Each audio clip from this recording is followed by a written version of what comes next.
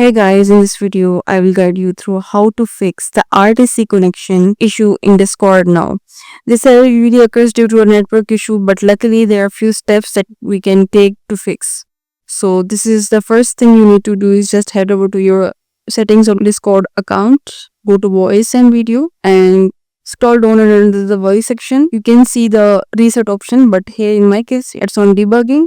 Reset voice and video setting first and click on OK. Confirm that once you have reset your voice settings, you can close out the Discord application and then we need to come over to the start menu and hit task manager and search for the Discord and click on end task here. So make sure that every task should be ended. And after doing that, sometimes it works with these kind of solutions as well. But if it not, then go to command prompt, search like CMD here and click on run as administrator. And here type ipconfig / flush DNS.